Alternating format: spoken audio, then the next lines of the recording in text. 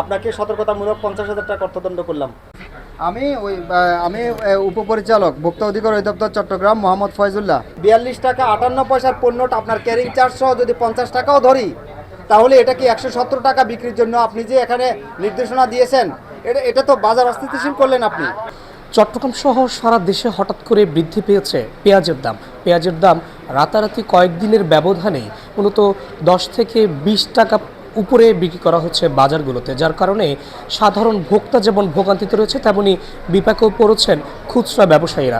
তবে পাইকারি ব্যবসায়ীদের যেই সবচেয়ে বড় ভোগ্যপণ্যের যেই বাজার খাতুনগঞ্জ, সেখানে আজকে ভোক্তা অধিকার সংরক্ষণ অধিদপ্তরের একটি অভিযান পরিচালনা করা হচ্ছে এবং এই পেঁয়াজের বাজারের যে সকল আমদানিকারকরা রয়েছেন, একই সাথে যে সকল পাইকারিরা রয়েছেন, তাদের প্রত্যেকটি আড়তে তারা আসলে অভিযান পরিচালনা করছেন এবং প্রতিদিনই মূল্য বাড়াচ্ছে।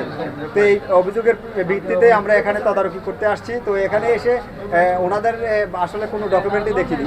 প্রথমে বলি এই যে ওনার মূল্য তালিকায় লিখে রাখছে 115 টাকা, কিন্তু বাস্তবে বিক্রি করেছে আসলে 117 টাকা ওনার খাতা যাচাই করে, এবং তার কাছে বিক্রি করেছে ভাউচার কোথায় সেটাও নাই। ওনার ক্রয় মূল্য কত সেটাও কিন্তু উনি আসলে দেখাতে পারেননি।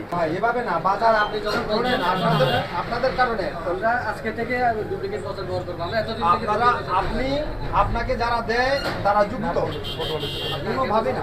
না না, যুক্ত না থাকলে আপনি কেন না এক গাড়ি মাল আছে 3 করে আমাকে কোনো কিনা যে ডকুমেন্ট দেখাবেন বলছেন ওটা দেখেন আমাকে, ওটা দেখেন, ওটা দেখেন। এক গাড়ি মাল আনছে 3 করে দিছে, দেখেন আমাদের ইম্পোর্টের নাম লেখা আছে, ওনার জায়গা লেখা আছে, সব লেখা আছে। না ওটা দেখেন আমাকে, মূল্যটা দেখেন বলছেন, মূল্য দেখান, ওটার মূল্য কত?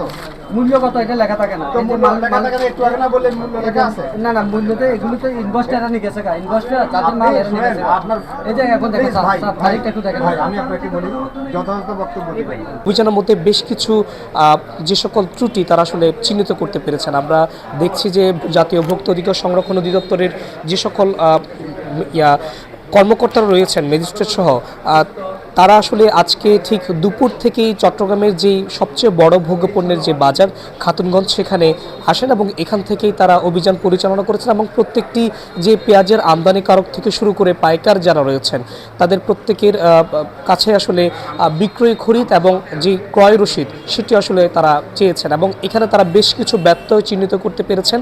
আমরা যতটুকু দেখেছি যে একজন পাইকারকে তারা সঠিক আমদানিকারকের যে তথ্য সেটি দিতে না পারার কারণে বেশ কিছু ব্যত্যয় তারা এখানে চিহ্নিত করতে পেরেছেন এবং একই সাথে প্রশ্নের সম্মুখীন কিন্তু তারা করেছেন।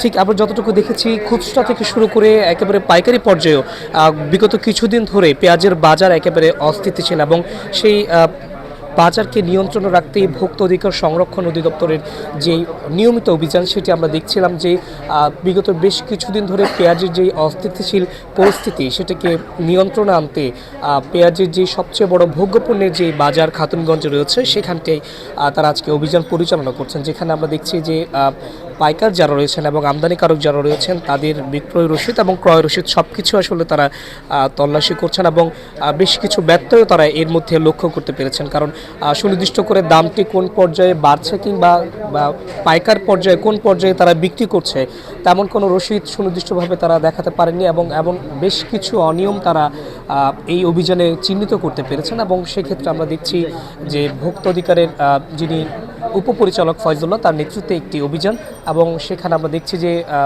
যে দোকানি রয়েছেন তাকে প্রশ্নের সম্মুখীন আসলে করছেন। সব কিছু মিলিয়ে চট্টগ্রামের যে পেঁয়াজের বাজার সেটি বলা চলে যে দেশি পেঁয়াজ সেটা একেবারে হাতের নাগালের বাইরে এবং চট্টগ্রামের যে কিছু পেঁয়াজ আসছে যেগুলো একেবারে বলতে গেলে যে দামের নিয়ন্ত্রণের বাইরে, সেগুলো একেবারে বলতে গেলে 20 থেকে 30 টাকা পর্যন্ত ঊর্ধ্বে কিন্তু বিক্রি হচ্ছে।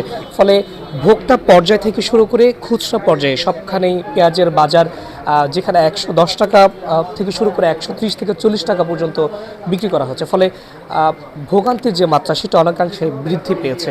তো এই যে বাজার নিয়ন্ত্রণে ভোক্তা অধিকার সংরক্ষণ অধিদপ্তরের যে অভিযান সেটি ঠিক আজ দুপুরের দিকে চট্টগ্রামের যে ভোগ্যপণ্যের বাজার সেখানে অনুষ্ঠিত হয় এবং সেখান থেকেই এই অভিযানটি প্রত্যেকটি পাইকার এবং আমদানিকারকের প্রতিষ্ঠানে গিয়ে তাদের ক্রয় মূল্য এবং এই যে আমদানিকারক থেকে তারা যে সংগ্রহ করেছেন সেই আমদানিকারকের রসিদ এবং একই সাথে খুচরা পর্যায়ে কত দামে তারা বিক্রি করছেন সব কিছুই তারা তদারকি করছেন এবং যদি ব্যত্যয় তারা লক্ষ্য করতে পারছেন সেখানে তারা জরিমানা কিংবা কঠোরতম শাস্তির যে বিধান সেটি আসলে তারা মানছে। যেমন যুক্ত এই প্রতিষ্ঠান যুক্ত জরিমানা করব, আপনারা এই জরিমানা পরিশোধ করবেন।